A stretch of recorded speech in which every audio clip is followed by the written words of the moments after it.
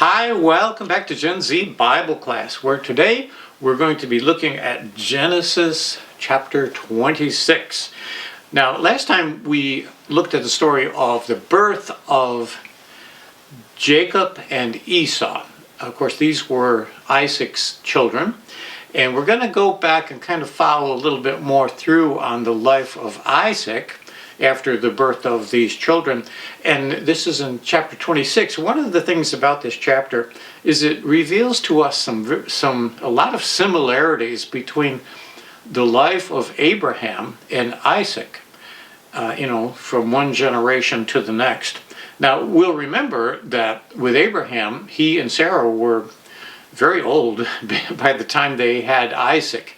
And this promised child that God had, promised would come, and they just had to wait and wait and wait, and finally the child comes. So we see, and we learned last time, that Isaac and Rebekah had a very similar problem, that it was 20 years of marriage before their first children are born. And it got concerning to them as well, to the point where Isaac had to, ask God to intervene and bless them with a child. So that's one thing that was similar. And then another thing we read about in the very beginning of this chapter. So let's take a look at what goes on here, starting at verse 1. Now, there was a famine in the land, besides the previous famine in Abraham's time. And Isaac went to Abimelech, king of the Philistines, in Gerar. The Lord appeared to Isaac and said, "Do not go down to Egypt, live in the land where I tell you to live, and stay in this land for a while, and I will be with you and bless you." So that's something that happened with Abraham as well. Just kind of interesting. Now, you can kind of understand in that climate that probably every, 20 years or so, there would be a famine.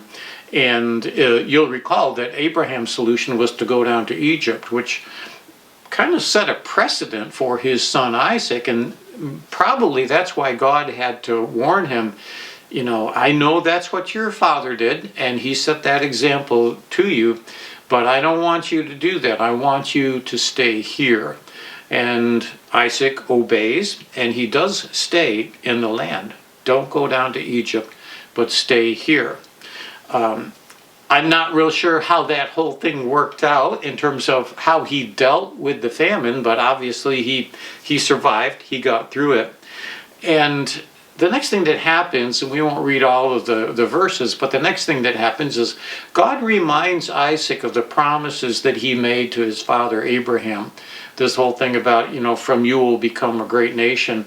And I think every once in a while it's kind of good to just stop and think about where you're headed. And maybe that's why God took this moment to remind Isaac that he was the recipient of those same promises, that it was through him that those promises would be fulfilled. So I think that's pretty significant. Well, what's next? The next thing that happened is also something that happened in the life of Abraham.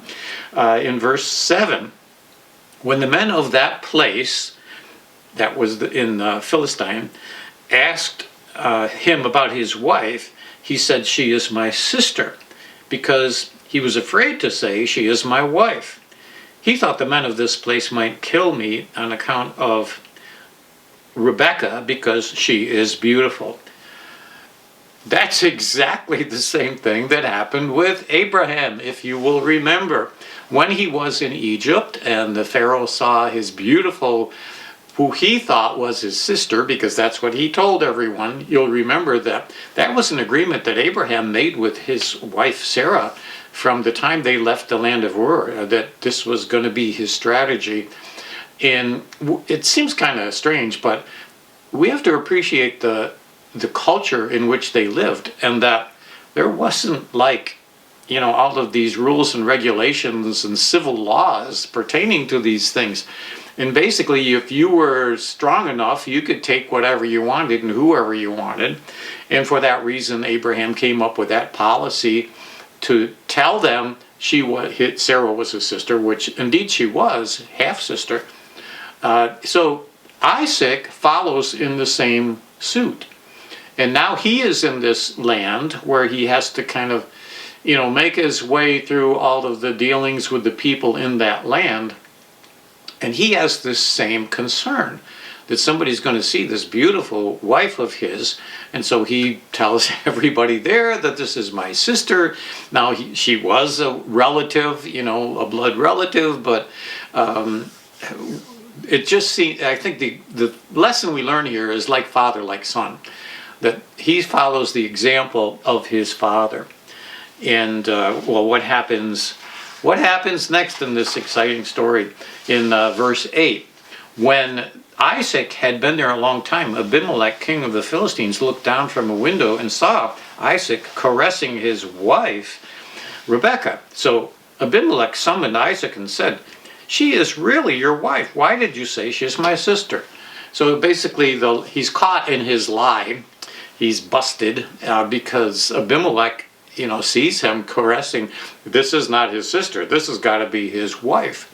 And he asked him, "Why did you do this?" And Isaac explains, this whole thing about I was worried that somebody would kill me.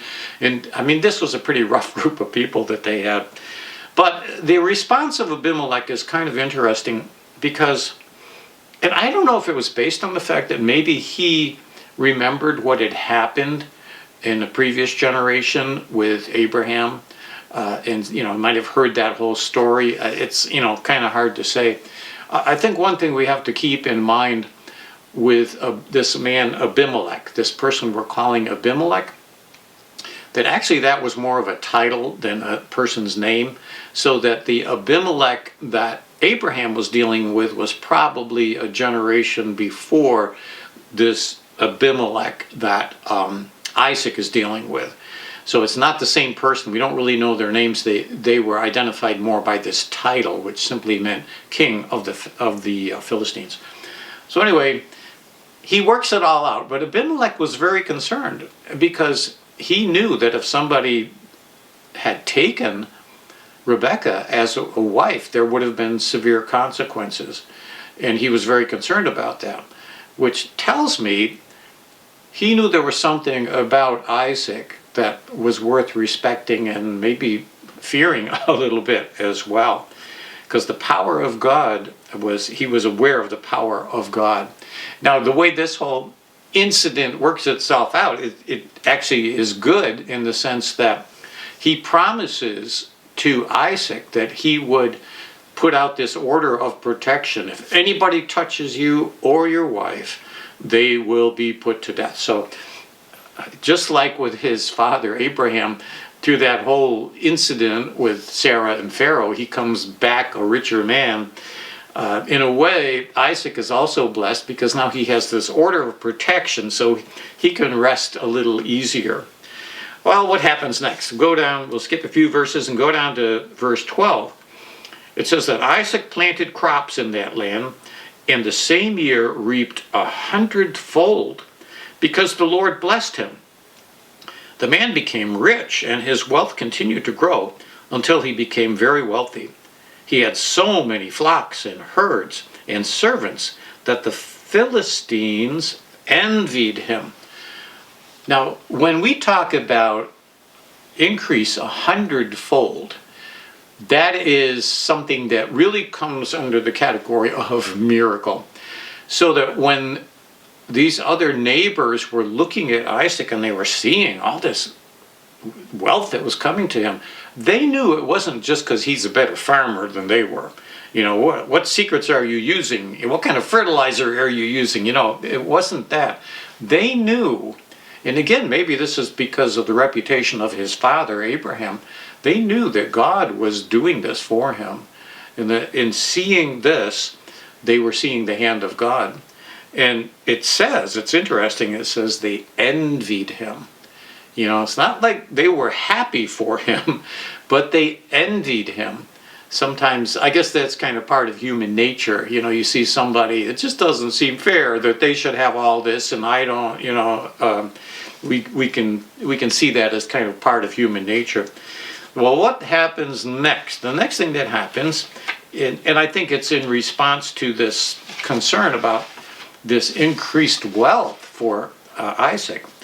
It says that all the wells that his father's servants had dug in the time of his father Abraham, the Philistines stopped up, filling them with earth. In other words, the Philistines saw him prosper so much, so they went along, they snuck in there, and they started filling in all these wells. Now keep in mind the fact that wells were like the lifeblood of this whole enterprise. If you didn't have water, you could kiss all your wealth goodbye, because you needed it to support your animals and to grow your crops. And this was maybe something we take for granted in our day and age, but this was a big thing back then. And also in that climate, they were going through drought, so water was a very precious commodity. And this strategy of filling in these wells, would have been very hurtful to Isaac and to his whole enterprise. Well, the next thing that happens is, I guess one other thing we should keep in mind is the fact that in the Old Testament, when people thought about being blessed by God, they kind of measured it in terms of physical blessing, how rich you get. God still blesses us today, those of us who follow him and obey him. But the blessings are in a little bit different category, I guess you could say. There's a verse in Ephesians where Paul is talking to the church there. I want to kind of update this so we're not just always in the Old Testament, but these principles are always true. And in this verse, he's encouraging the church. He said, "Praise be to God and the Father of our Lord Jesus Christ," Ephesians 1:3, "who has blessed us in the heavenly realms with every spiritual blessing in Christ." So Paul was very mindful of the blessings that we as Christians, as believers, receive from God. But we don't measure them so much in terms of wealth. Now, there's a lot of people today, and we call this the prosperity gospel, that will preach that if you get in good with God, then you can expect him to bless you with all kinds of money and cars and, all of this physical wealth. It's not exactly the way it works in God's kingdom today. There are things that are much more important than just money and wealth, our eternal destiny being one of those things. And that's why Paul talks about these spiritual blessings that we receive that are far more valuable than, just being rich. You don't find security, you don't find peace by just having a lot of money. And so I think we acknowledge that from the New Testament perspective. And actually, if you think about it, if you were to look at all the Christians in the world today and ask the questions, how are they all prosperous? And the answer would have to be not necessarily. In fact, there's a lot of Christians in the world today, a big percentage of Christians, that suffer for their faith. And this maybe kind of gets relative to this whole reaction that the Philistines had about Isaac's wealth. There was jealousy. But I think one of the things that happens here, there's another dynamic that's going on here. When they saw Isaac being blessed, they knew it was because of God. And what this was telling them, that there is a God. And remember how we were saying there's different ways you can deal with this question of God. You can believe in him, you can honor him, you can sort of say, I don't know and I don't care. Or you can, many people live a life in rebellion against God. And if that's the attitude you have, and when you see somebody that's clearly being blessed by God, or even just saying that God is real, he's in my life, and I know him and I love him, you can get this same kind of reaction of, I don't want to hear that. And as a result, you can be mistreated as a Christian. Jesus said in the Beatitudes, "Blessed are you when men shall revile you and persecute you and say all manner of evil against you." He said, "Rejoice and be glad, because great is your reward in heaven." But we can't expect that everything in the Christian life or in a walk of faith is going to result in us being happy, healthy, and wealthy. That's really not the way God's kingdom is set up. But we can definitely say that we are blessed as Christians. So we've got this whole story, and what the end result was that Abimelech is asking Isaac to leave. I just don't want you to be around us. And I think partly because of fear, partly because of this jealousy. It seems like if somebody was being prosperous, you'd want them to stay in part of your community, but that's not what happened. And it was, I guess in a way, it was a lot like when Abraham and Lot were together and they were being greatly blessed. And basically they just didn't have enough land to support all their wealth. So Abraham told Lot to leave. He gave him the option of choosing where he was going to go. So I guess in a way it was sort of like that. But Abimelech asked him to move away, and that's exactly what he does. And we get into this whole thing now about these wells. You know, they were stopping up the wells, and there was this contention that continued on, and they would bury a well, and Isaac would have his guys dig another well, and it was kind of back and forth and back and forth. But I think one of the things that we learn about Isaac, and I think it's something he might have learned from his father, was, you know, how do you react to that? These guys are after you, they're bothering you, they're filling, you know, they're like fighting against you. Do you get a bunch of guys with swords and go after them? You know, do you turn this into a military exercise? How do you respond to all this? And I think Isaac, like his father Abraham, exercised a certain amount of wisdom, and, you know, just basically kept digging wells until there was enough for everyone. And his whole goal was to maintain the peace. But the other interesting thing here, and it's kind of a picture that you see, is that he benefited from the wells that his father had dug.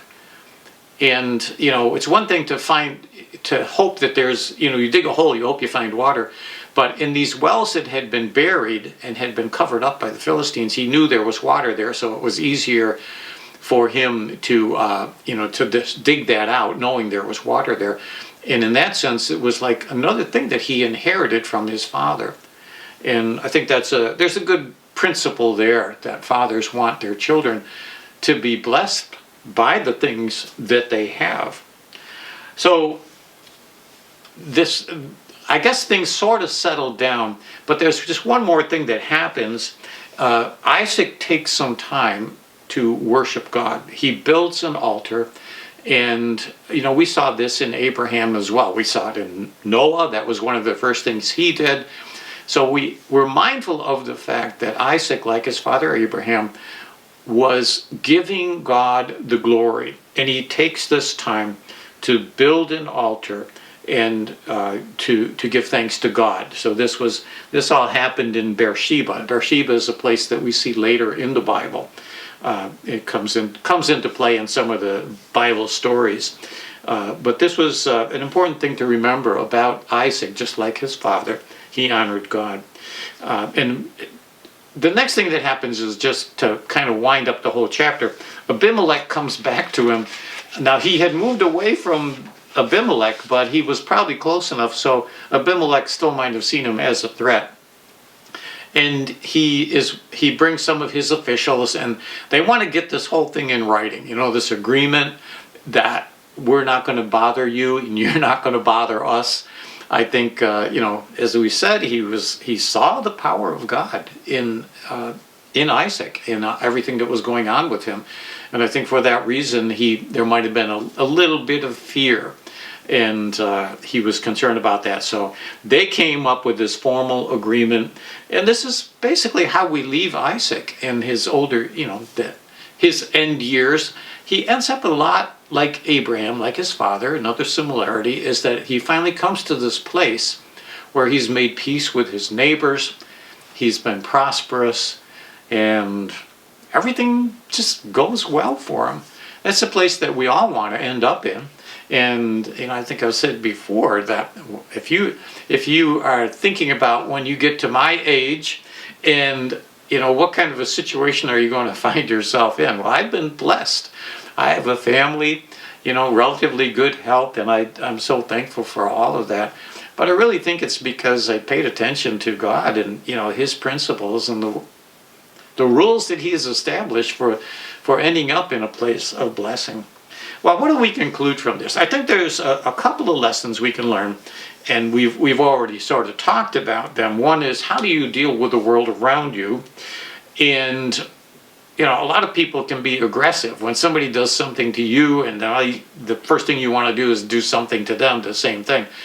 But we notice with Isaac, he didn't take that route, that he would just patiently deal with this whole well digging issue, and he would just dig another well until finally it says there were enough wells. And this whole water thing, maybe they gave up on, you know, trying to discourage him that way, because God just kept blessing him anyway. So that's a good lesson. And also we learn some lessons that are important to family life. We think about the benefits that children have from having godly parents, and how Isaac followed in the footsteps of his father, and how he had seen the way his father does things, and he applied those same principles to his life. And one of the real tragedies in our world today is that we have so many kids that don't have a father.